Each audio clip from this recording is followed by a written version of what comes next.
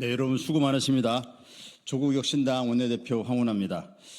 오늘 조국혁신당 원내대표단은 민심 그대로 정치 실현을 위한 정치개혁특별위원회 구성을 촉구하기 위한 기자회견을 하고자 이 자리에 섰습니다.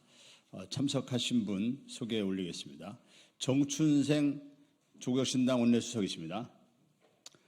강경숙 원내부대표이십니다. 김재원 원내부대표이십니다. 준비된 그 기자회견문을 참고하시면 될 것입니다. 이 배경은 지난번 양당 대표 회담 때 지구당 부활이 논의된 바 있습니다. 그래서 차제 정치개혁 특위를 통해서 이런 여러 가지 정치개혁 현안을 논의하자는 그런 취지가 되겠습니다.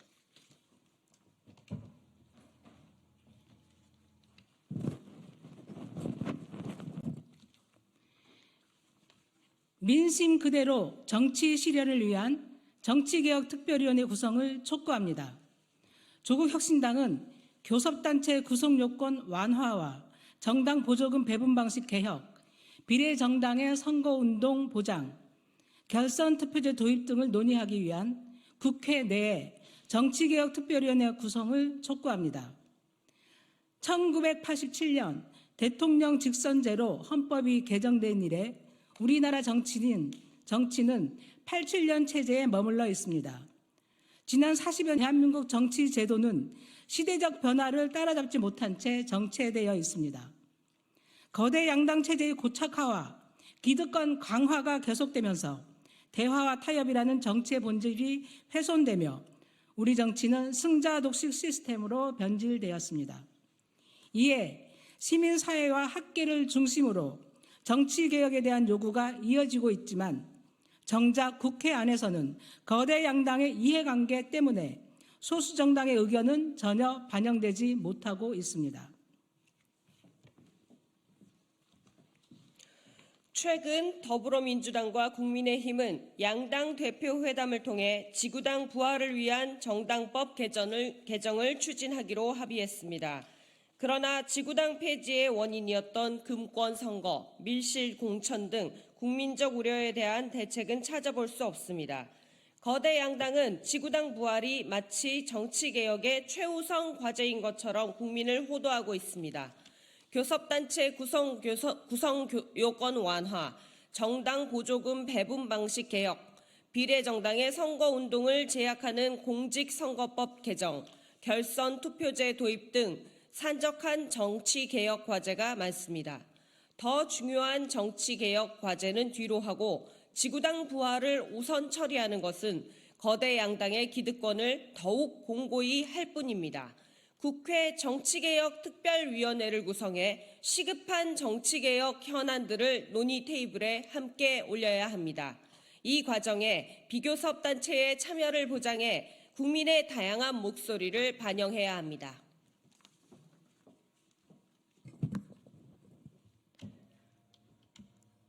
지난 9월 2일 개원식에서 우원식 국회의장께서는 비례성과 대표성, 다양성이 강화된 선거제도의 중요성을 강조하시며 다양한 민의를 포용하는 다원적 정당체제를 만들어야 한다고 말씀하셨습니다. 국회의장의 말씀처럼 소수 정당의 참여를 보장하고 다양한 민의를 포용하는 것이 진정한 정치 개혁입니다. 새로운 정치제도는 거대 양당의 이해관계나 득실을 넘어 국민의 뜻과 시대적 변화를 오롯이 담아낼 수 있어야 합니다. 하루빨리 정치개혁특별위원회를 구성해 거대 양당의 이해관계가 아닌 민의에 기반한 진정한 정치개혁 과제들을 논의합시다. 감사합니다. 1924년 9월 6일 조국혁신당 원내대표단 고맙습니다.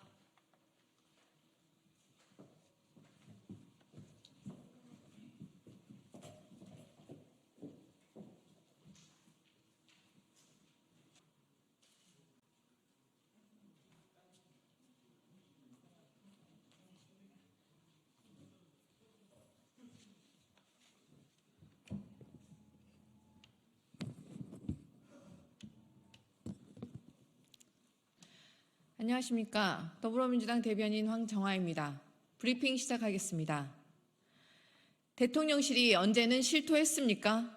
비선 권력의 국정농단, 특검을 통해 밝혀내겠습니다. 김건희 여사가 여당의 공천에까지 개입했다는 의혹이 불거지자 대통령실은 결과적으로 공천이 안 되었다면서 또다시 핵심을 비껴가는 말장난을 내뱉었습니다.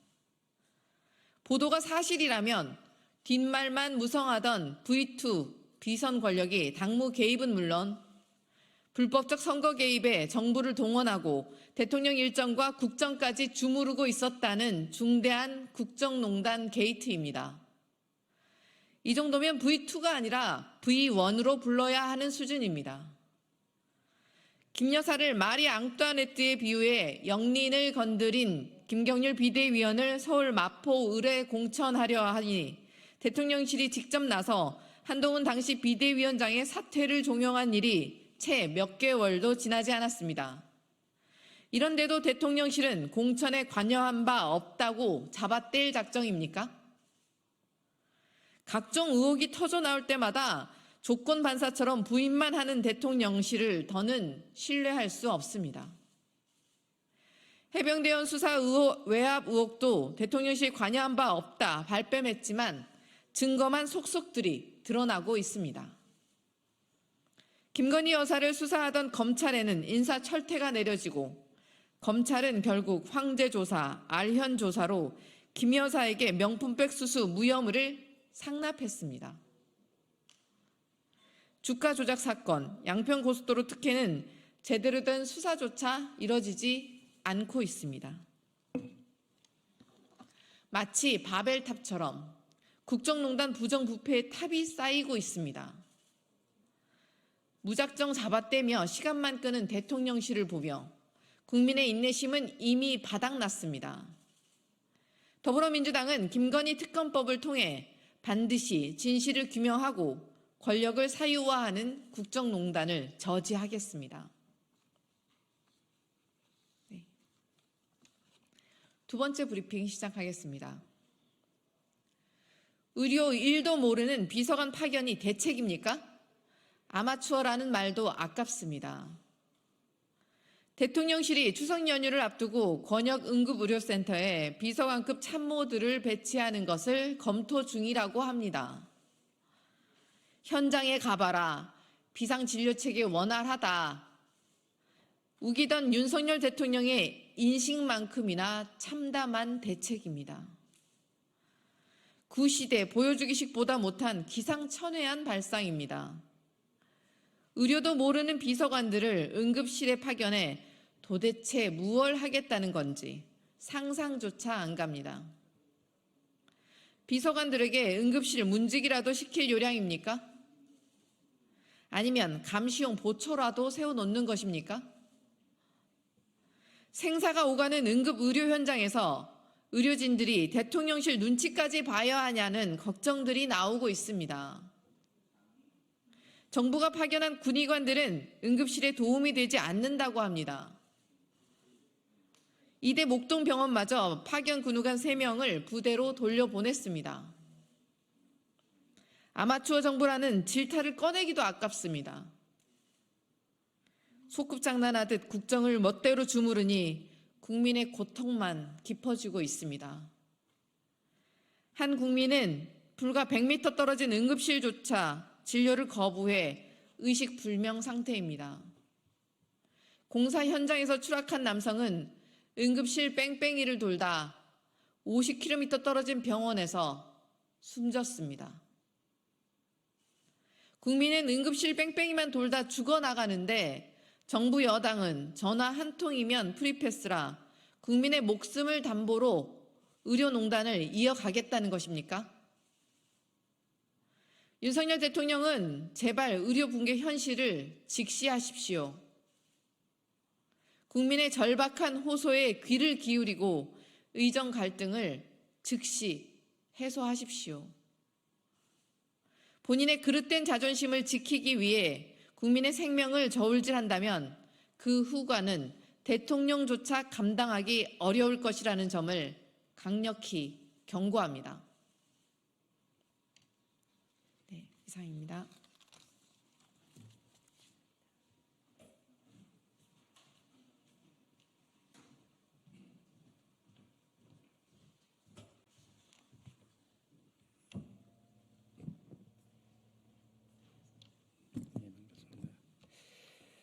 네, 안녕하십니까. 더불어민주당 정무위 소속 경기 평택시병 국회의원 김현정입니다. 오늘 기자회견은 최근에 발생한 TMF 사태와 같은 금융당국의 금융소비자 보호 미흡에 따른 대규모 피해를 사전에 예방하고 금융소비자 보호 확대를 위해서 현행 금융감독 체계를 쌍봉형 금융감독 체계로 전환하는 내용을 담은 금융위원회의 설치 등에 관한 법률 전부 개정 법률안 발의를 알려드리기 위해서 준비했습니다. 본 개정안에는 더불어민주당, 조국혁신당, 사회민주당의 야 3당 정무위 의원들 중심으로 참여해 주셨다는 말씀드립니다. 그리고 오늘 기자회견은 저와 우리 사회민주당 한창민 의원님 그리고 신장식 의원님이 야 3당을 정무위원을 대표해서 하기로 했는데 지금 조국혁신당 신장식 의원님은 방송 관계로 이 자리에는 부득이하게 참석을 못해서 저랑 이제 한창민 의원님이 이렇게 진행하도록 하겠습니다. 그러면 기자회견문을 시작하도록 하겠습니다. 2008년 키코 사태로 인한 피해액은 20조 원입니다. 2011년 저축은행 사태는 26조 원, 2013년 동양그룹 사태는 1조 7천억, 2019년부터 시작된 라임 옵티머스 사태는 2조 원으로 추산되고 있습니다. 최근 불거진 티메트 사태의 피해액은 현재 집계로 1조 3천억, 앞으로도 늘어날 가능성 또한 배제할 수 없는 상황입니다.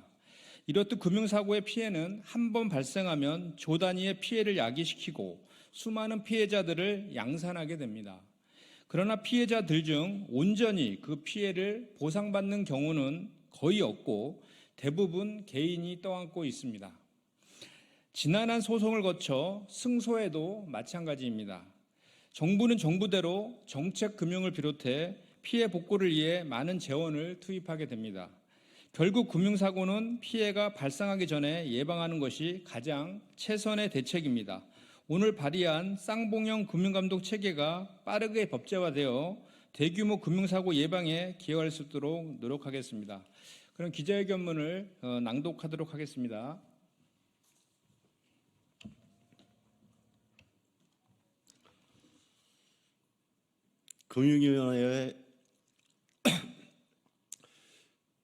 금융위원회의 설치 등에 관한 법률 전부 개정 법률안 발의 기자회견문.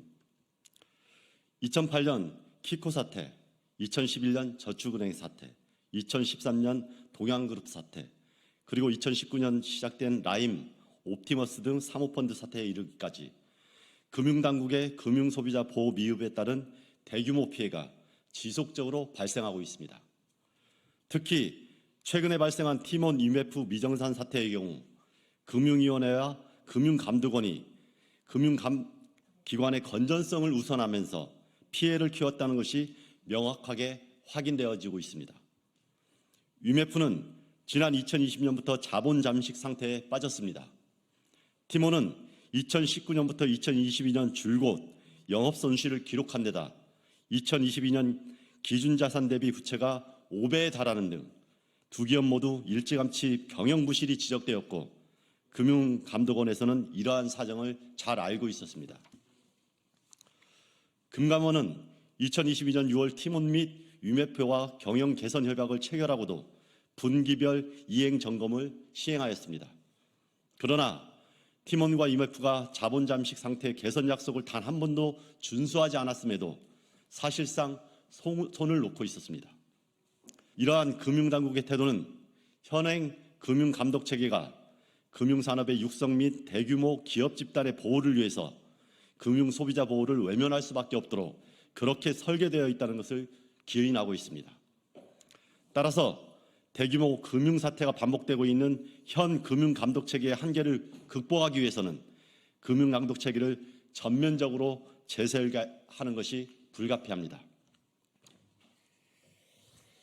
네, 이에 금융산업 정책과 금융감독 정책의 분리를 통해서 금융감독 정책의 독립성과 효율성을 확보하고 금융감독기관의 책임을 강화하기 위해서 금융위원회의 설치 등에 관한 법률 전부 개정 법률안을 발의합니다. 주요 내용은 다음과 같습니다. 첫째, 금융산업 정책과 금융감독 정책 기능은 기획재정부와 금융감독기구로 분리하며, 둘째, 금융감독 정책과 금융감독 집행, 수장 겸임 등을 통해 일원화하고, 셋째, 금융기관에 대한 건전성 감독은 금융감독위원회와 금융감독원이, 그리고 금융소비자 보호 기능은 금융소비자보호위원회와 금융소비자보호원이 각각 전담하도록 하는 일명 쌍방형 감독 체계를 마련함으로써 금융감독의 독립성 및 책임성을 제고하고 금융소비자 보호를 국민의 눈높이에 맞도록 강화하고자 한 것입니다. 금융산업과 이커머스 시장의 성장을 우선하는 정책 기조의 변화가 필요할 때입니다. 소비자 보호 정책은 결코 산업과 시장 성장의 뒷전이 될 수 없습니다.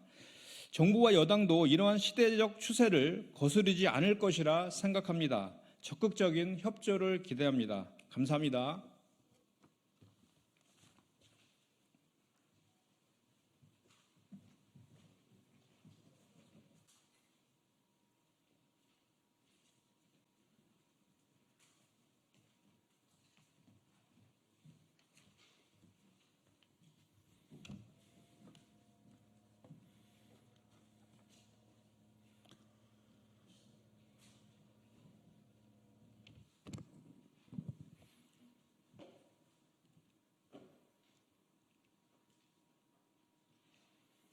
예, 시작하겠습니다. 진보당 수석 대변인 홍성규입니다. 오늘 오전 브리핑 한 건 드리겠습니다. 대통령님 잘하셨습니다. 응급실을 비롯해서 응급실뿐만 아니라 우리나라의 각계 현장들을 계속 찾아다니십시오. 윤석열 대통령이 엊그제 밤에 경기도 의정부 성모병원 권역 응급의료센터를 방문했습니다. 잘하셨습니다.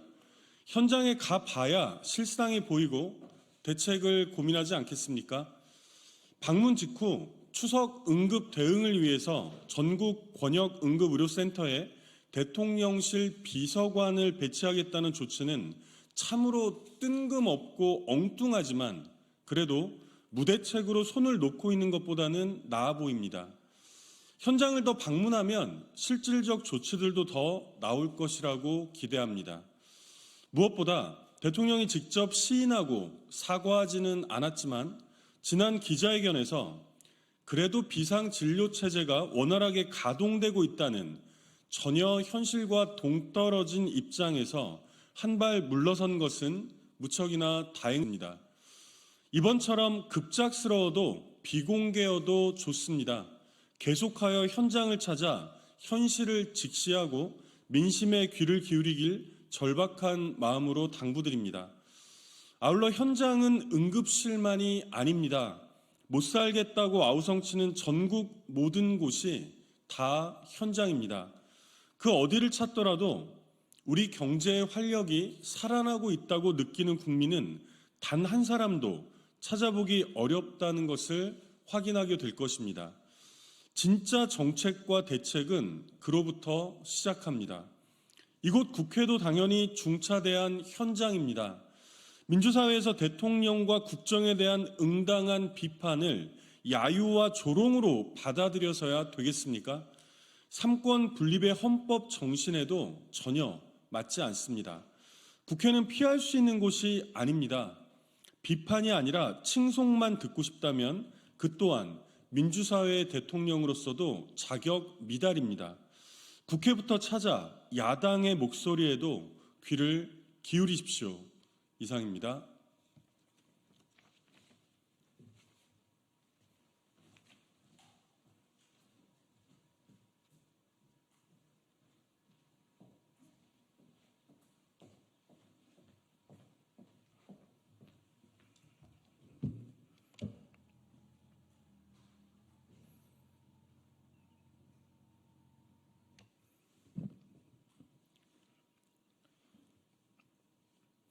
안녕하십니까.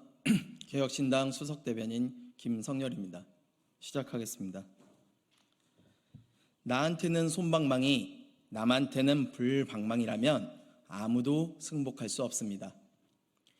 문재인 전 대통령과 가족의 뇌물 혐의에 대한 수사가 본격화되고 있습니다. 문 전 대통령의 전 사위가 이스타항공사에 특혜 채용되었다는 혐의입니다.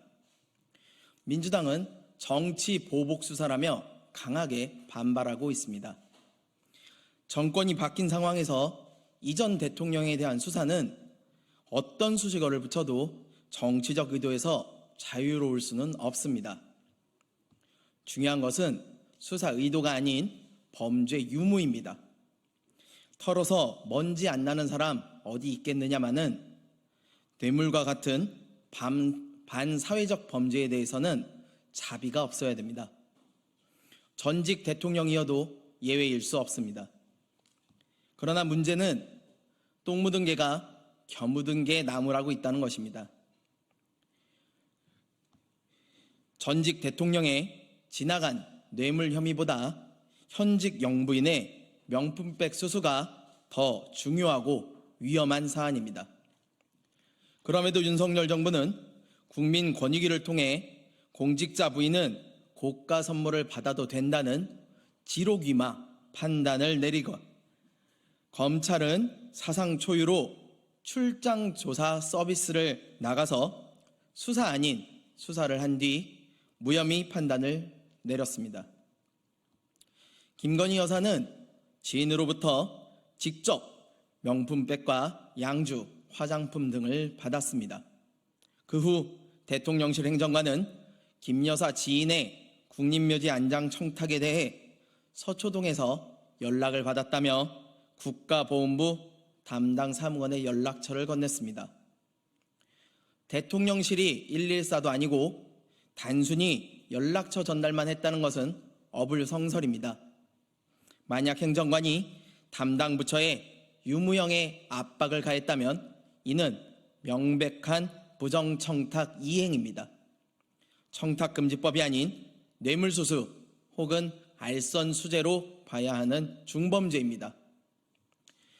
문재인 전 대통령이 뇌물 혐의가 있다면 철저히 수사를 하십시오. 단 김건희 여사에 대한 수사도 동일한 잣대로 해야만 합니다. 나한테는 솜방망이, 남한테는 불방망이를 들이댄다면 법 앞에 평등이라는 헌법 가치를 위배하게 되는 것입니다. 법과 정의의 여신 아스트라이아는 눈을 가리고 심판을 합니다. 오늘 열리는 김 여사 사건 관련 수사심의위가 정치적 요소에 눈을 감고 철저한 법리적 판단을 통해 정의롭고 공정한 결과를 내주기를 기대합니다. 감사합니다.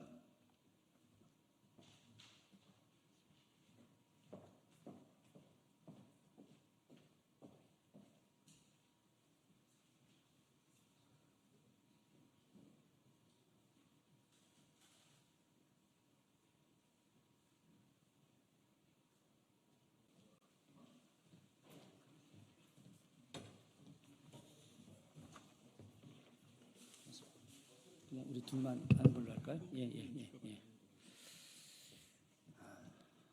안녕하세요. 수원 정지역 더불어민주당 국회의원 김준혁입니다. 우리 기자님들 이 자리에 이 시간에 함께해 주셔서 진심으로 감사드립니다. 지금 참 나라가 혼란스럽습니다. 여러분도 잘 아시다시피 뉴라이트 인사들이 집필한 역사교과서, 한국학력평가원에서 나온 역사교과서의 문제가 한국 사회를 들끓고 있게 하고 있습니다. 왜 이런 일이 벌어지고 있을까요? 이것은 바로 친일 극우 세력들이 정권의 중심적 역할을 하고 있기 때문이라고 저는 생각합니다. 그 앞에 있었던 친일 세력들이 바로 자신들의 치부를 가리고 산업화, 근대화의 주인공인 양 포장하기 위해서 역사를 왜곡하고 있는 것들, 친일이라고 하는 이 논리를 반공 이데올로기로 바꿔가면서 무언가 자신들의 입지를 강화하려고 하는 의지 속에서 뉴라이트 역사교과서가 나타나고 있다라고 생각합니다. 그런 과정에서 우리 국민들이 가장 두려워하는 것이 바로 독도를 갖다가 일본에게 넘기는 것이 아니냐라고 하는 의구심을 갖고 있는 것입니다. 독도는 어떤 존재입니까? 독도가 단순하게 한반도 동쪽 끝에 있는 섬이기 때문에 그래서 중요한 것이다. 혹은 우리 영토 영해의 마지막 끝자락에서 우리의 땅과 바다를 지키는 그런 섬이기 때문에 중요한 것이다 라고 생각하는 것이 아니라 우리 국민들은 독도는 일종의 우리 민족의 상징성과도 같은 것입니다. 홀로 있는 외로운 섬 혹은 돌섬이기 때문에 독도라고 하고 있지만 그런 지명이 갖고 있는 단순한 의미만이 아니라 우리 역사 속에서 독도를 지키기 위해서 그 바다를 지키기 위해서 수많은 선조들이 일본과 싸워왔던 역사가 있었고 그 앞으로의 역사를 지켜내기 위한 수많은 국민들의 땀과 노력 그리고 열정이 담겨있기 때문에 그렇습니다. 그래서 해방 이후에 이승만 정권부터 시작해서 박정희 정권, 전두환 정권, 노태우 정권, 하다못해 이명박 박근혜 정권까지도 그런 보수 우파가 권력을 잡았던 시기까지도 절대 독도 앞바다에서 일본 자위대 함대가 군사훈련을 한 적이 없었습니다. 그런데 지금 어떻습니까? 작년에 버젓이 대한민국 해군과 일본 자위대 해군이 합동 군사훈련을 전개했습니다. 머지않아 우길기를 달고 독도 앞바다에서 자위대 해군이 군사훈련하고 그 우길기를 단 함대가 부산항, 인처당 아니면 강릉, 묵호항 그 일대까지 다 진주해서 우길기를 펄럭이지 않을까 하는 생각이 듭니다. 그 이후에 독도를 한일 간의 공동 수역으로 만들어서 우리 민족 영토가 아닌 영해가 아닌 일본의 영해로 만들려고 하는 의도가 있는 것이 아닌가라고 하는 이 의구심을 대한민국 국민들 모두가 갖고 있다라고 하는 것입니다. 그래서 우리가 독도를 지키고 또 독도에 더 많은 사람들이 찾아가고 독도를 그래서 더 사랑하게 만들고 독도를 기념하게 만드는 것이 중요하다고 생각합니다. 현재 촛불행동과 함께하는 많은 국민들이 이 독도를 지키기 위해서 애쓰고 있습니다. 더불어민주당이 독도 지키기 위원회를 만든 것과 별도로 우리 국민 모두가 독도를 지키겠다라고 하는 그 뜨거운 애정을 갖고 있습니다. 그래서 오늘 촛불행동 권오혁 대표를 비롯했던 많은 분들이 독도 지키는 운동의 과정 속에서 독도 기념의 날을 단순하게 경상북도에서 제정한 기념일이 아니라 국가 기념일로 제정해서 온 국민들이 독도를 더욱더 사랑하게 하고 독도를 지키려고 하는 마음을 갖게 하는 것, 이런 청원운동을 오늘 시작하려고 하고 있습니다. 오늘 첫날입니다. 그래서 오늘 이 첫날을 우리 국민 모두에게 알리기 위해서 권오혁 대표님께서 이 자리에 직접 오셔서 기자회견을 하기로 하셨습니다. 제가 지금 서두가 좀 길긴 했습니다만 앞으로 이후 시간은 권오혁 대표님께서 인사 말씀을 해주시고 소회를 해주시고 기자회견문을 낭독하는 것으로 마무리하겠습니다. 오늘 기시다 일본 총리가 퇴임 직전에 대한민국을 방문한다고 합니다. 있을 수 없는 일입니다.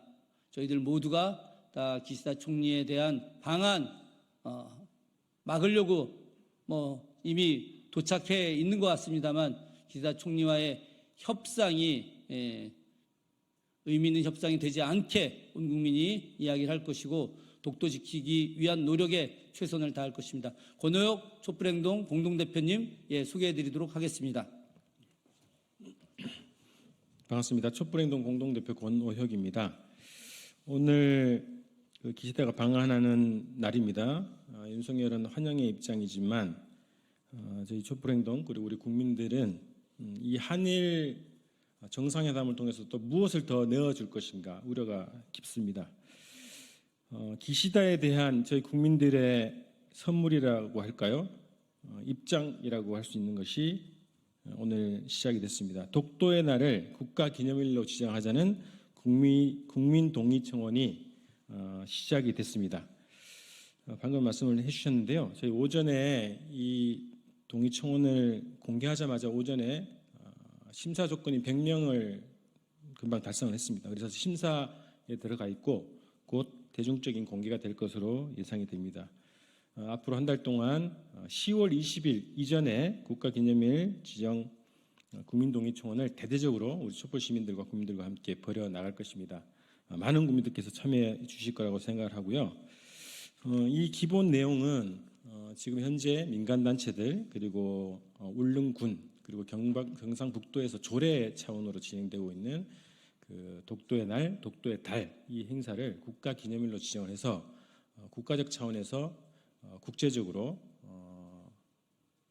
독도가 대한민국의 영토임을 공식적으로 확약하는 그런 취지의 의미가 있다고 생각을 합니다. 그래서 이 국가기념일을 정부가 지정을 하도록 하고 이 운동을 계기로 해서 국회 차원에서는 독도를 수호하기 위한 실질적인 법 제도를 마련하기를 기대합니다. 이미 작년에 독도와 관련한 그 법안 개정안이 올라온 바 있습니다. 이 개정안이 통과가 되지 않았는데요.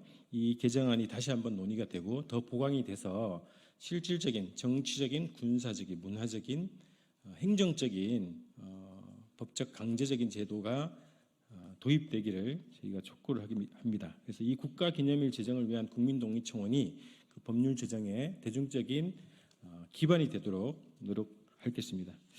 관련해서 국민동의청원은 지금 국회 홈페이지에 올라와 있습니다. 그래서 그 내용을 자세하게 좀 보시면 되겠고요. 이 국가기념일 지정과 관련한 입장을 담은 기자회견문을 낭독하도록 하겠습니다. 기자회견 보도자료는 저 뒤쪽에 있으니까요. 간략하게 말씀드리도록 하겠습니다. 독도의 날 국가기념일 승격 기자회견문.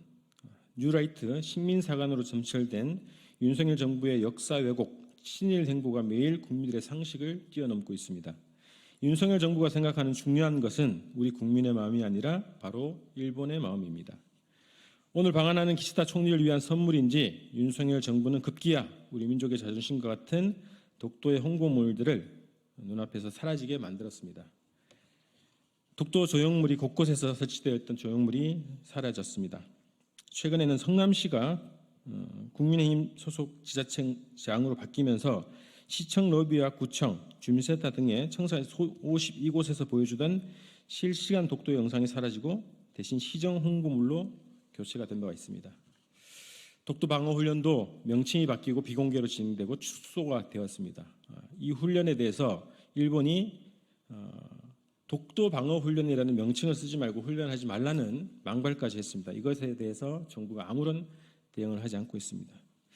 윤석열 대통령은 도대체 어느 나라 대통령입니까? 일본은 1905년 역사적 지리적 국제법상으로 대한민국 영토임이 분명한 독도를 다케시마 죽도로 바꾸고 시네마현에 편입한 뒤에 아직까지 계속 근거 없는 독도 영유권을 주장하고 있습니다. 더 황당한 것은 2005년 일본 시네마현 의회가 한국의 강력한 반대에도 불구하고 2월 22일을 다케시마의 날, 죽도의 날로 정하는 조례안을 가결하고 지금까지 매년 기념 행사를 진행하고 있습니다. 2021년 도쿄올림픽에서는 성화봉송 지도에 독도를 자신의 영토로 표기했습니다. 그리고 일본 중학생들이 내년부터 쓸 사회과 교과서 18종 가운데 15종은 한국이 독도를 불법 점거하고 있다. 이렇게 기술을 하고 있습니다. 촛불행동과 함께 뜻을 같이 하는 국회의원들과 함께 일본의 망발을 엄중하게 비판을 하면서요. 윤석열 정부의 뉴라이트 친일사관을 불식시키기 위해서 그리고 영토 주권을 수호하기 위해서 현재 10월 25일로 되어 있는 독도의 날을 국가기념일로 지정하는 법률을 발의하기로 했습니다. 독도의 날은 대한제국 고종이 1900년 10월 25일 독도를 울릉도의 부속섬으로 제정한 일을 기념해서 지난 2000년 민간단체가 노력을 해서 제정이 됐고 많은 국민들이 천만 서명을 진행했지만 아직 국가기념일로 정해지지는 않았습니다. 독도의 나라 국가기념일로 지정을 하면 독도가 대한민국 영토임을 세계에 천명하게 되고요. 정부와 지자체가 독도 그리고 독도 동해 영토 주권에 대한 국민의 인식을 높일 수 있는 계기가 될 수 있을 것입니다. 정부 차원에서 이날을 성대하게 기념하고 문화예술 학술 활동을 개최하고 민족의 자긍심을 높일 수 있도록 하려고 합니다. 2004년부터 시민단체들이 독도의 날을 국가기념일로 지정하기 위해서 많은 노력을 했습니다만 실패했습니다. 국회의 벽을 넘지 못했습니다. 그런데 이번 기회에 촛불 국민들의 힘 그리고 나라의 주권을 지키기 위한 국민들의 열망을 담아서 우리 촛불행동이 윤석열 정부의 독도 지우기에 맞서서 국민들의 적극적인 청원을 통해서 독도의 날을 반드시 국가기념일로 만들고 법을 제정하는 운동을 벌이려고 합니다. 만약 정부가 이런 국가기념일 지정을 요구하는 국민들의 의사를 수용하지 않고 그리고 개정안을 또다시 거부권을 행사한다면 완벽한 친위 정부를 자인하는 꼴이 될 것임을 명심하시기 바랍니다. 국회 국민동원 청원 사이트에 오늘부터 시작된 국민동의 청원 곧 심사가 끝나고 대중적인 공개가 되면 국민들께서 많은 참여를 적극적인 참여를 부탁드립니다. 그리고 매주 진행되는 촛불 대행진장에서도 우리 국민들과 함께 이 청원 운동을 적극적으로 전국적으로 벌여 나갈 것입니다. 국민동의 청원에 지난 윤석열 탄핵 청원에 143만 명의 국민들이 참여를 해주셨는데요. 이번 독도 기념일 지정에 대한 국민동의 청원에도 많은 국민들이 함께 참여해 주시기를 부탁드리겠습니다. 고맙습니다. 예, 이상으로 기자회견 마치겠습니다. 오늘 독도 기념일 승격 기자회견의 내용 보도자료가 뒤에 있기 때문에 여러분들 많이 좀 애쓰시면 좋겠고요. 마지막으로 독도의 날 국가기념일 승격과 관련된 자 오세요.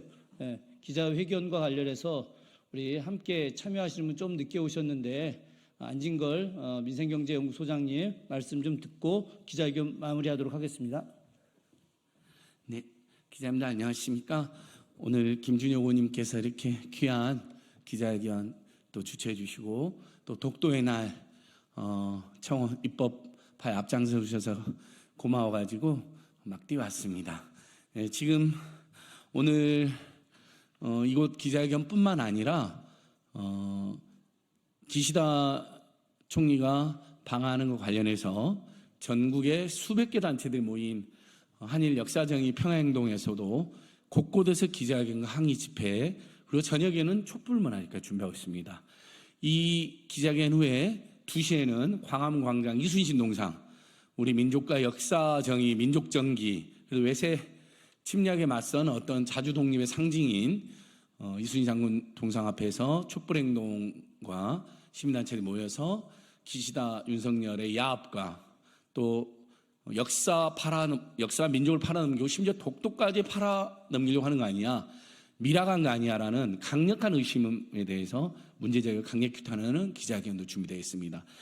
독도의 날은 독도를 지키고 우리 영토 주권을 확실히 하는 의미만 있는 게 아닙니다. 여러분, 독도를 영토 주권으로만 생각하시면 안 됩니다. 그건 당연히 기본이죠. 그러나 독도는 영토 주권의 상징일 뿐만 아니라요. 일본 제국주의자, 군국주의자들이 다시 독도를 계기로, 독도를 침탈하는 계기로 한반도에 재상륙해서 한반도를 다시 식민화할 수 있는 그런 상징적인 무게를 갖고 있기 때문에 더 많은 국민들과 회의 결의들까지 걱정하고 굉장한 우려를 하고 있는 것입니다. 윤석열 정권이 여러분 기자님들, 윤석열 대통령 당선 이후에 독도 이야기 직접 하신 거 보셨습니까? 단 한 번도 못 보셨죠? 저번에 일본에 가서 기시다를 만나고 계숙씨를 만나면서 독도 관련된 이야기를 일본 언론은 분명히 했다라고 보도했습니다. 그러나 용산 집무실에서는 침묵을 지키거나 거기에 대해서 제대로 반박 한번 한 적이 없습니다. 술까지 먹은 적이 있었는데 윤석열 기시다가 그 자리에서 언론 보도에 하면 분명히 독도 이야기가 나왔다 했는데 윤석열 대통령은 그것을 부인하지 못하고 있습니다. 명백히 부인한 적이 없습니다. 저희는 거듭되는 밀실 야합을 통해서 또 술까지 먹는 회담에서 일본 언론이 말한 것처럼 기시다는 위안부 역사를 부정하고 강제징용 해법을 대법원의 판결까지 전면적으로 부정하고 한국 기업이 알아서 내라는 것을 강요하고 윤석열이 그것을 종용하고 급기야 사도광산 등재를 협조를 구하고 정말 마지막으로 자위대 한반도 상륙 그리고 독도에 일본 공유든 또는 넘기든 그런 것들을 이야기했을 가능성이 매우 높다고 보고 있습니다. 단 한마디 못하는 윤석열 대통령에 맞서서 김준희 의원님과 촛불행동으로 우리 국민들이 독도를 지켜낼 것입니다. 독도의 날 반드시 법정 국가기념일로 승격돼야 되고요. 그리고 이번에 기시다 방한 관련해서 그런 우리 국민들의 뜻을 일본뿐만 아니라 전 세계에 다시 한번 강하게 천명해야 된다고 생각합니다. 예, 다시 한번 김준희 의원님 감사드리고요. 그리고 기시다 방한 강력히 규탄합니다. 윤석열과 기시다가 어떠한 미락을 했던 그건 전면 무효입니다. 경술국치가 무효인 것처럼 윤석열 기시다의 모든 음습한 미락은 전면 무효입니다. 우리 국민 또 세계 시민 누구도 공감하거나 동의하거나 용납하지 않을 것입니다. 예, 강력하게 싸우겠습니다. 고맙습니다. 예, 이로써 기자회견은 모두 마치고요. 백브리핑은 저희들이 광화문 그 집회 현장에 가야 되기 때문에 앞에 선 브리핑을 했습니다. 예, 선 브리핑으로 대신하는 걸로 하도록 하겠습니다. 고맙습니다. 감사합니다.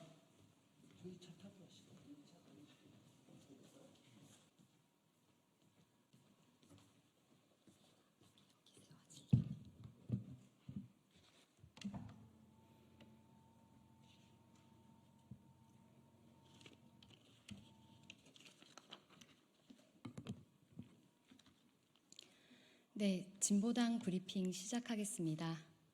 부대변인 이미선입니다. 907 기후정의 행진에 민중들이 직접 나섭시다.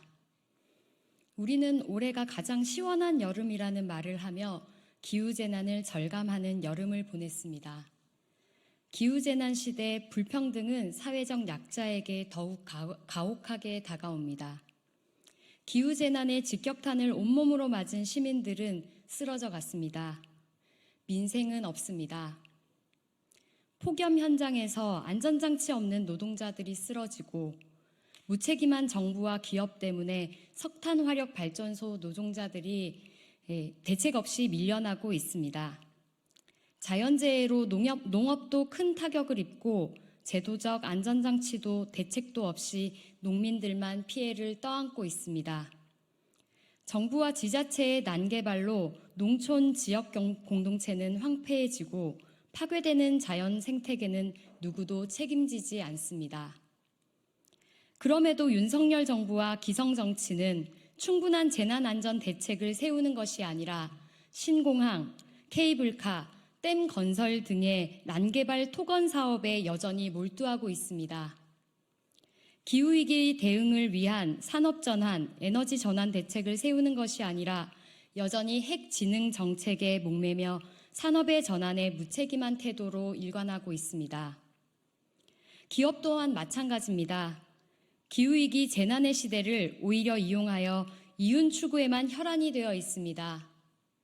이렇게 해서는 기후재난을 막을 수 없다는 절박한 마음으로 9월 7일 내일 기후악당들이 모여있는 강남 일대에서 907 기후정의 행진을 진행합니다. 노동자, 농민, 시민들이 직접 기후위기와 기후재난, 불평등과 부정의에 맞서 모두의 평등과 존엄한 삶을 만들어 가야 합니다. 기후뿐만 아니라 근본적인 사회 시스템을 함께 바꿔야 합니다. 진보당은 지역과 현장 속에서 기후정치를 만들어 가겠습니다. 기후재난의 불평등 세상에서 더 많은 민중들과 함께 직접 정치로 기후와 세상의 변화를 만들어 가겠습니다. 이상 브리핑 마치겠습니다. 고맙습니다.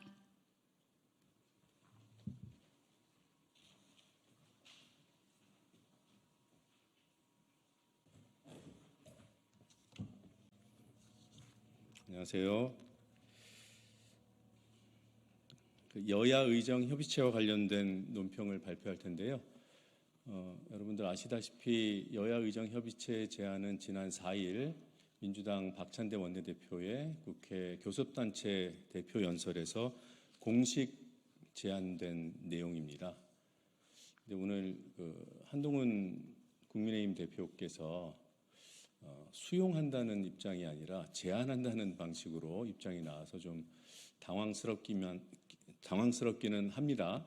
근데 뭐 그런 점은 뭐 본질에 맞닿아 있는 것은 아니기 때문에 지금 당면한 의료 붕괴와 의료 대란 사태에 대응해야 한다는 어떤 본질적인 측면에서 논평을 발표하겠습니다. 여야 의정 협의체 즉시 가동합시다. 시간 끌기와 물타기 시도 꿈도 꾸지 마시기 바랍니다. 국민의힘에서 보건복지부 장관과 차관 경질론이 나왔습니다. 윤석열 대통령이 초래하고 악화시킨 의료 대란 사태가 환자 사망 사례 속출로 걷잡을 수 없게 되자 겨우 찍소리 해본 것이 대통령을 제대로 보좌하지 못한 관료들 책임이다였습니다. 대통령에게만큼은 책임을 물을 수 없다는 여당의 일관성이 눈물겨운 수준입니다.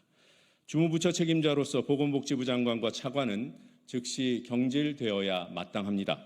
다만 민주당은 이들의 경질이 윤석열 대통령의 책임을 가리기 위한 꼬리 자르기가 되어서는 안 된다는 입장임을 분명히 밝힙니다. 윤 대통령이 본인 책임에 대해 대국민 사과를 하고 무리한 의대생 증원 방침을 철회할 때 비로소 장 차관과 대통령 참모 등의 경질이 의미를 가질 수 있습니다. 그나마 지난 4일 민주당 교섭단체 연설을 통해 박찬대 원내대표가 제안한 여야 의정 협의체 구성에 국민의힘이 늦게나마 동의한 것은 다행입니다. 네, 이 부분 다시 읽겠습니다. 그나마 지난 4일 민주당 교섭단체 연설을 통해 박찬대 원내대표가 제안한 여야 의정 협의체 구성에 대한 그나마 지난 4일 민주당 교섭단체 연설을 통해 박찬대 원내대표가 제안한 여야 의정 협의체 구성에 국민의힘이 동의한 것은 늦었지만 다행입니다. 국민의힘은 이제라도 용산 눈치 보지 말고 의료 붕괴를 막을 실질적인 대책 마련에 나서야 합니다. 의료 대란, 의료 붕괴 현실 자체를 부인하던 여당의 입장 변화에 의구심이 드는 것 또한 사실입니다. 김건희 여사의 선거 개입 의혹이 불거졌고 속칭 빽 있는 권력자들에게는 의료 대란이 아무 문제 아니라는 점을 극명하게 보여준 인요한 문자까지 터진 상황임을 주목하지 않을 수 없습니다. 분명히 강조하지만 여야 의정 협의체를 통한 의료 대란 대응은 윤 대통령 정부를 향한 책임 추궁과는 전혀 별개입니다. 김건희 선거 개입 의혹, 인요한 문자와도 당연히 별개입니다. 수세에 몰린 정부와 여당의 이슈 물타기, 시간 끌기 가능성에 철저히 대비하겠습니다. 민주당은 선거 개입 의혹까지 수사 대상으로 포함한 새로운 김건희 특검법을 발의했습니다. 본회의 통과를 위해 흔들림 없이 절차를 밟아가겠습니다. 인요한 국민의힘 최고위원에 대해서도 윤리위 제소 등을 통해 수술 청탁 의혹을 밝혀내겠습니다. 정부와 여당에 촉구합니다. 여야 의정 협의체를 당장 구성합시다. 정치적 계산 집어치우고 의료 붕괴를 막고 국민 불안을 해소할 실질적인 대책에만 몰두합시다. 이상입니다. 감사합니다.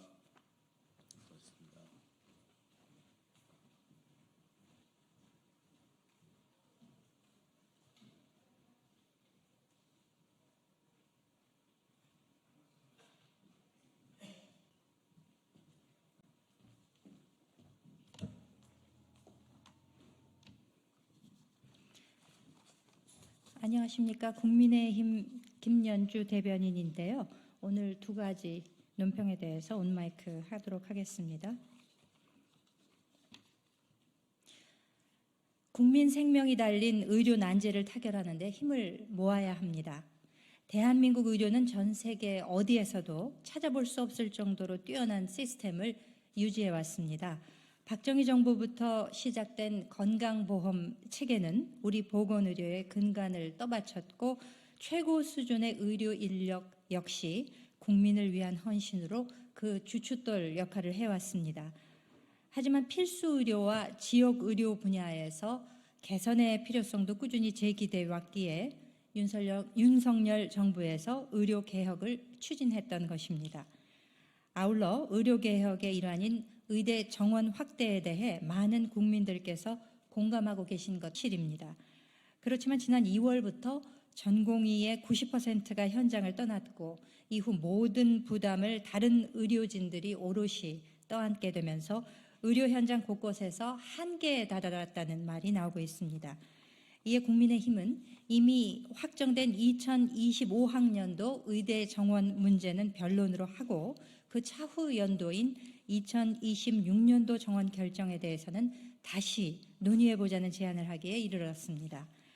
오늘 한동훈 대표는 여야의 정 협의체를 공식 제안했고 대통령실 역시 긍정적으로 수용하겠다는 의견을 내놓았습니다. 국민의 생명과 건강이 달린 문제입니다.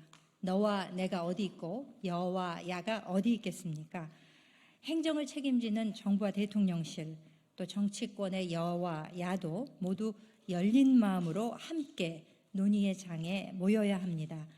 의료계에서도 대표성을 가진 분들 모두 테이블에 나와 목소리를 내주시기를 당부드립니다. 오직 국민만을 위한다는 그 한 가지로 함께 해주실 것을 간곡히 요청드립니다.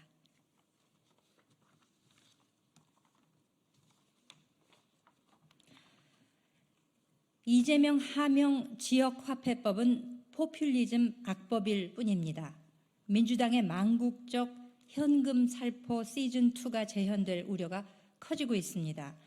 퇴원 후 당무에 복귀한 이재명 대표가 지역화폐를 언급하자 민주당은 일사천리로 당론 채택을 하더니 어제 국회 행안위에서 강행 처리를 했습니다.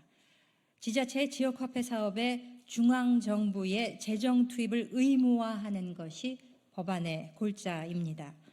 정부의 예산권 침해 소지가 클 뿐만 아니라 국가 재정에 대한 어떤 고민도 없는 거대 야당의 폭거입니다. 지역화폐는 비용보다 편익이 크지 않아 효과에 대한 의문이 끊임없이 제기되어 왔습니다. 더욱이 이재명 대표의 경기도지사 재임 시절 선정된 지역화폐 운영사는 각종 비리, 특혜 의혹을 받았고 석연찮은 경로로 수십억 대의 수익을 챙겼다는 감사원 감사 결과가 나오기도 했습니다. 정부가 지난해에 이어 올해도 관련 예산을 전액 삭감한 것은 바로 그런 이유에서 비롯된 것입니다. 그런데도 거대 야당은 의석수를 무기로 또다시 포퓰리즘 입법을 밀어붙이려 합니다. 거대 야당의 입법 폭주는 여야 협치에도 찬물을 끼얹었습니다. 양당 정책위 의장이 오늘 만나 지난 1일 대표회담에서 합의했던 민생 공통 공약 추진 협의회 구성을 논의할 계획이었지만 무산됐습니다. 민주당은 민생 회복을 위한 협치보다 당 대표의 하명이 더 중요한 것입니까? 망국적 입법 폭주를 위해 의회 민주주의를 내팽개친 거대 야당의 폭주는 반드시 국민의 심판을 받을 것입니다. 지금이라도 포퓰리즘 악법을 철회하기를 촉구합니다. 이상입니다.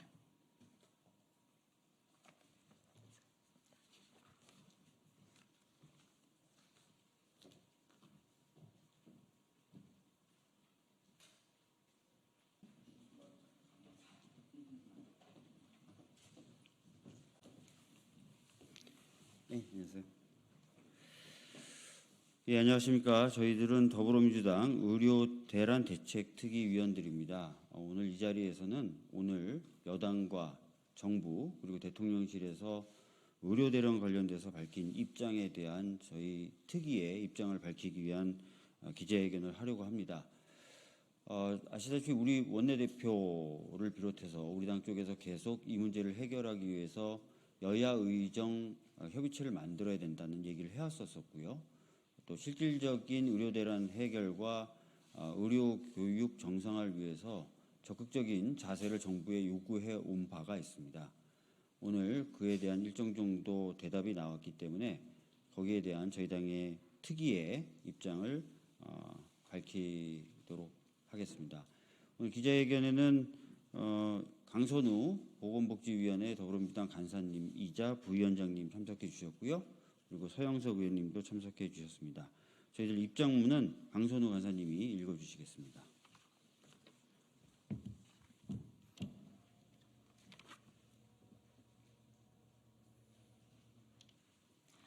지금부터 더불어민주당 의료대란 대책특위 기자회견 입장문을 낭독하도록 하겠습니다. 지난 3월 의정 갈등이 심화될 때 이재명 대표는 여야 정 그리고 의료계가 함께하는 협의체를 구성하자 제안한 바 있습니다. 정부와 여당이 이 제안에 대해 6개월이 지난 오늘에서야 답변을 내놨습니다. 만시지탄입니다. 그러나 협의체 구성은 우리 당의 여러 제안 중에 하나일 뿐 이 협의체가 정부의 무능과 무책임을 국회에 떠넘기는 수단으로만 활용해서는 안 될 것입니다. 그동안 정부와 여당은 2,000명이라는 무리한 정원 규모를 설정해 밀어붙이고 독선적이고 폭력적인 태도로 의료 현장의 반발을 키우고 의료 공백을 메울 마땅한 대책도 내놓지 못한 채 갈등만 부추겼습니다. 게다가 응급의료 현장에서 절규하는 국민들의 목소리는 외면해왔던 정부가 아직도 제대로 현실을 인식하지 못한 채 당정 갈등에만 매몰되어 있는 모습을 보면서 국민들은 실망과 분노를 넘어 공포와 절망을 느껴왔습니다. 국민의 생명과 안전을 심각하게 위협하는 의료대란을 야기한 책임은 명백히 정부에 있음을 분명히 밝힙니다. 그리고 이 문제를 해결하기 위해서는 무엇보다 의료진들의 현장 복귀가 반드시 필요합니다. 더불어민주당 의료대란 대책특위는 다음과 같은 입장을 명확히 밝힙니다. 첫째, 의료진들의 현장 복귀와 의대 교육의 정상화를 위해서는 26년 정원 재검토에 국한하지 아니하고 정원 규모의 과학적 추계와 증원 방식을 포함한 보다 폭넓은 논의가 필요합니다. 의료대란을 해소할 모든 방안을 열어두고 논의해야 할 것입니다. 둘째, 윤석열 대통령은 국민의 목숨을 위협하는 지금의 의료대란이 정부의 정책 실패에 따른 것임을 인정하고 국민께 사과하십시오. 또한 졸속 정책 추진으로 의료대란을 초래한 조규용 장관, 박민수 차관 등 책임자들에 대한 문책과 경질을 요구합니다. 다시 한번 민주당 의료대란 대책특위의 입장을 명확히 밝혀드리는 바이며 이에 대한 정부와 여당의 전향적인 입장 표명을 촉구합니다. 2024년 9월 6일 더불어민주당 의료대란 대책특위 1동 이상입니다. 고맙습니다.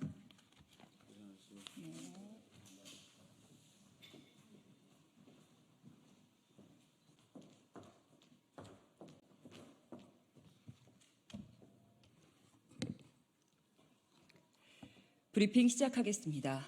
더 빠르게, 더 강하게, 더 선명하게 행동하겠습니다. 조국혁신당 대변인 강미정입니다. 국민 뜻에 반하는 인사참사, 결국 부메랑으로 돌아올 것이다. 윤석열 대통령이 오늘 국방부 장관의 김용현, 국가인권위원장의 안창호를 각각 임명했습니다. 국민들께선 국회 인사청문회를 지켜보면서 이들이 국가 안보를 그리고 인권 정책을 책임지기에 매우 부적절한 인물임을 간파하셨을 겁니다.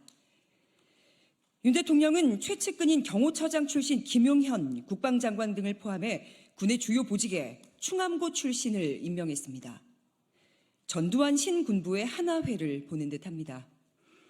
편협한 인권의식과 편향된 종교관, 그로 인해 극단적이고 황당하기까지 한 현실 인식 수준을 보여준 새 인권위원장은 국제적인 망신입니다. 국방장관에 임명된 김용현의 경우 용산 대통령실 경호처장 시절 자신의 공간으로 특전사령관과 수방사령관, 방첩사령관 등 군의 핵심 인사들을 불러 모임을 했다는 의혹을 받고 있습니다. 윤석열 정권의 계엄 준비설의 출발점이기도 하죠. 김 장관은 오늘 취임식에서 북한 도발 시 즉강 끝, 이 원칙으로 대응하겠다며 즉강 끝의 끝은 북한 정권의 종말이라고 했습니다. 김 장관의 입으로는 국가 안보를 외치지만 온통 관심은 정권 안보에 쏠려 있는 거 아닙니까? 3년은 너무 길다는 민심도 혹시 국민의 도발로 보고 즉강 끝 원칙으로 대응할까 심히 걱정이 됩니다. 윤석열 검찰 독재 정권의 인사참사의 특징은 정부의 주요 요직에 임명해서는 안 되는 자 혹은 해당 기관이 목적하는 바와 정반대인 자들을 그 자리에 앉힌다는 겁니다. 안창호 국가인권위원장, 김문수 고용노동부 장관, 김형석 독립기념관장, 이진숙 방송통신위원장 등이 대표적입니다. 역사의 저편으로 한참 전에 넘어가 버렸던 낡은 세계관을 가진 자들을 불러내서 그 기관을 파괴하는 데 앞장섭니다. 보수 세력 중에서도 합리적이고 양심적인 분들은 윤석열 정권의 몸담기를 거부합니다. 윤석열 정권은 임기 말 정도가 아니라 종말 단계에 접어든 것 같습니다. 윤 대통령의 국정 철학에 동의해 운명을 같이 하고자 하는 이들이 없으니 이미 부적절한 인물로 판명된 자들을 우물에서 억지로 끌어다 쓰는 셈입니다. 최근 들어 도를 더해가는 윤석열 정권의 인사 참사는 결국 부메랑으로 돌아올 겁니다. 앞서 여러 차례 말씀을 드린 바 있지만 국정을 운영할 능력이 없으면 일찌감치 내려놓는 것도 방법입니다. 브리핑 이어하겠습니다. 국민의힘의 언론 자유는 공영방송 장악과 민영방송 탄압인가? 국민의힘의 언론 탄압이 점점 무도해지고 있습니다. 기형적인 2인 방송통신위원회 체제를 통한 공영방송 장악이 법원의 판결로 제동이 걸리자 이젠 민영방송의 프로그램 내용과 패널 구성까지 개입하면서 윤석열 검찰 독재 정권과 국민의힘에 유리한 방송을 만들려고 온갖 무리수를 동원합니다. 최근 JTBC 5대0 라이브에 가해지고 있는 도를 넘는 압박이 대표적입니다. 국민의힘 미디어 특위는 최근 패널 구성, 주제 선정, 편파방송 종합세트 JTBC 5대0 라이브라는 제목의 성명에서 패널 구성과 주제 선정의 편파성을 주제, 향후에도 5대0 라이브를 비롯한 JTBC 시사 보도 프로그램을 집중 모니터링하고 필요할 경우 법적, 제도적 조치를 통해 JTBC가 공정성을 유지하고 공적 책임을 다할 수 있도록 지켜볼 계획임을 밝힌다. 이렇게 이야기했습니다. 정당에서 방송 모니터링을 하고 필요할 경우 시정 요구를 할 수는 있죠. 그런데 국민의힘의 성명은 거의 협박조입니다. 국민의힘이 편파적이라고 언급한 내용을 살펴보면 더 심각합니다. 국민의힘은 논평에서 여야 사자 토론은 국민의힘과 민주당, 조국혁신당, 개혁신당 패널이 매일 고정 출연하고 있는데 교섭단체나 의석수 등 특별한 기준이나 설명 없이 여야 1대3으로 패널을 구성한 것 자체가 불공정하다고 주장합니다. 국민의힘은 편파성, 방송 내용이 그 편파적인지 그렇지 않은지의 기준은 시청자가 되어야 한다는 점을 간과하고 있는 것 같습니다. 국회에는 여야만 있는 게 아니죠. 국민의 다양한 정치적 목소리를 대변하는 다양한 소수 정당이 있습니다. 조국혁신당만 해도 지난 4.10 총선에서 25% 득표율로 690만 명 가까운 유권자의 선택을 받았습니다. JTBC 시청자들은 5대0 라이브를 통해 조국혁신당을 비롯한 다른 소수 정당들은 어떤 견해를 가지고 있는지 보고 들을 권리가 있습니다. 국민의힘 주장대로라면 여야 1대1로 국민의힘과 더불어민주당 패널만 나와야 공정하다는 겁니까? 그럼 의석수 기준에 따라서 민주당 패널이 국민의힘 패널보다 2배 가까이 많은 분량을 할애받는다면 이것도 공정하다고 할 겁니까? 방송의 공정성과 공익성에 관한 방송법은 6조 2항에서 성별, 연령, 직업, 종교, 신념, 계층, 지역, 인종 등을 이유로 방송 편성에 차별을 두어서는 안 된다고 규정 짓고 있습니다. 또 5항은 방송은 상대적으로 소수이거나 이익 추구의 실현에 불리한 집단이나 계층의 이익을 충실하게 반영하도록 노력해야 된다고 적혀 있습니다. 국민의힘이 공정을 이야기하려면 먼저 방송법이라도 좀 읽어보길 권합니다. 공정의 기준이 국민의힘에 유리한지 불리한지 이것이 되어서는 안 되지 않겠습니까? KBS의 광복절 기미가요 방송에도 별다른 언급이 없었던 국민의힘의 미디어 특위는 JTBC에 관한 다른 논평에서는 5대0 앵커의 개인사를 들먹이며 조폭 같은 폭언마저 일삼았습니다. 딱 한마디만 더 할게요. 그래도 명색이 여당인데 가족은 건드리지 마시죠. 여기까지 하겠습니다. 고맙습니다.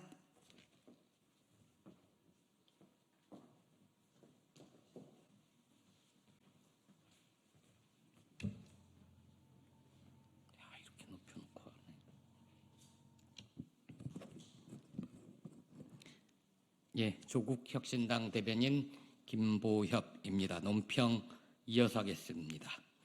기시다 후미오 일본 총리 부디 회포만 실컷 풀고 가시라라는 제목입니다. 임기가 채 한 달도 남지 않은 기시다 후미오 일본 총리가 1박 2일 일정으로 방한했습니다. 일본 외무성은 당일 일정을 제안했으나 기시다 총리가 1박하면서 윤 대통령과 회포를 풀고 싶다고 했답니다. 회포의 사전적 정의는 마음속에 품은 생각이나 정입니다. 부디 그냥 회포만 풀고 가길 바랍니다. 임기 내내 친일 굴욕 외교로 일관한 윤석열 대통령을 상대로 뽑아먹을 건 이미 다 뽑아 드셨을 테니 말이죠. 한일 정상이 그저 회포만 풀면 좋겠는데 국민들께서는 이번에 또 뭘 퍼줄까 걱정이십니다. 용산 대통령실에 이른바 중일마 정신, 중요한 것은 일본의 마음이라고 믿는 자가 김태효 국가안보실 차장만은 아닐 겁니다. 일본 사도강산의 세계문화유산 등재를 기점으로 일제강점기 강제징용과 일본군 위안부의 강제성 문제가 흐릿해지고 말았습니다. 오죽하면 미국의 권위 있는 외교 전문지 디플로매트가 윤 대통령에 대해 평가를 하면서 기시다 내각이 자국 역사를 세탁하는 데 있어 발견한 완벽한 공범이라고 했겠습니까? 조국 혁신당과 더불어민주당 등 야당들은 이제 남은 것은 독도뿐이다. 독도를 지켜야 한다고 합니다. 그저 단순한 정치적 수사가 아닙니다. 윤석열 정권이 미치지 않고서야 멀쩡한 우리 영토를 일본에 내어주지는 않겠지요. 그런데 한일 양국 정부가 수교 60주년을 맞는 내년 2025년을 앞두고 신한일 공동선언을 준비하면서 그에 준하는 내용이 포함될 것이라는 전문가들의 우려가 있습니다. 독도를 한미일 3국의 공동 관리 아래에 두거나 한미일대 북중러라는 신냉전 구도를 가정하면서 한미일의 공 만들 수 있다는 겁니다. 독도를 자기네 땅이라고 우기는 일본 자위대가 우길기를 달고 독도에 접안할 수도 있습니다. 그런 독도가 온전한 대한민국의 영토이겠습니까? 용산 전쟁기념관과 서울 지하철의 여러 역사에서 독도 조형물이 사라지는 것이 이런 우려와 무관치 않다는 의심을 지울 수 없습니다. 조국 혁신당은 윤 대통령과 기시다 총리가 고별 회담에서 부디 아무런 성과가 없기를 바랍니다. 그 성과는 오롯이 일본만을 위한 것이 될 테니까요.